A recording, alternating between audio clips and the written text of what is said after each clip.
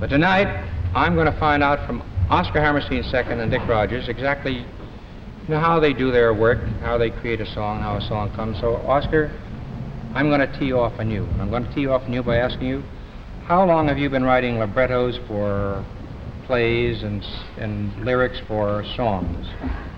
About 38 years. 38 years? Yeah. When that goes back to your Columbia varsity days, doesn't it? Yes. Wrote the Columbia Varsity Show of 1917, and I acted in it. Yeah.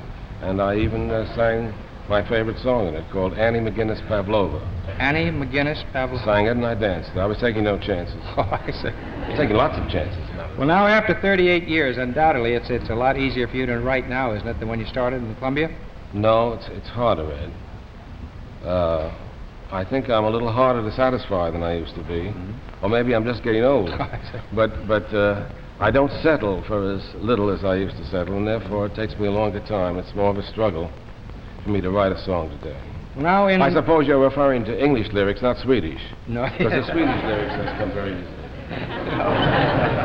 No, now I'm going to ask you a question. It's probably going to sound very silly to you, but I swear everybody in the audience has it in mind, and I know I'd Don't like... ask it. I know what you're going to ask. No, you don't. Which comes first? That is right. The lyrics or the melody? Well, it's a question that's very often asked, and there's nothing wrong with asking it. It's a very sensible question. In our case, Dick and I sometimes write the lyrics first. I write the lyrics and he sets the music to them.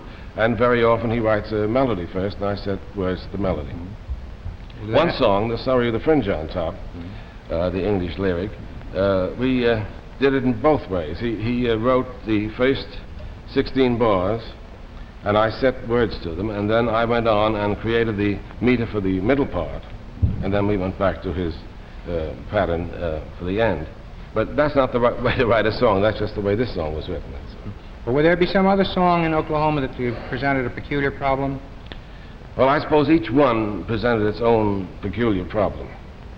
And each one seems to be the hardest one you've ever tackled while you're writing it. But as I remember it now, the one that gave us the most trouble was People Will Say We're in Love. That is before we thought of that title.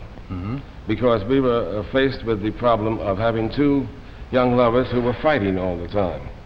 And a song of bickering wouldn't be very much fun. And these were shy young people, Oklahoma, 1907, a farm girl and a cowboy. And we had to write in their words, not ours. But the difficulty was, how could you, if they hadn't admitted to themselves that they were in love, even though the audience knew it, how could they approach each other? So we thought of this oblique way of saying, don't be nice to me, don't laugh at my jokes, don't throw bouquets, otherwise people will say we're in love.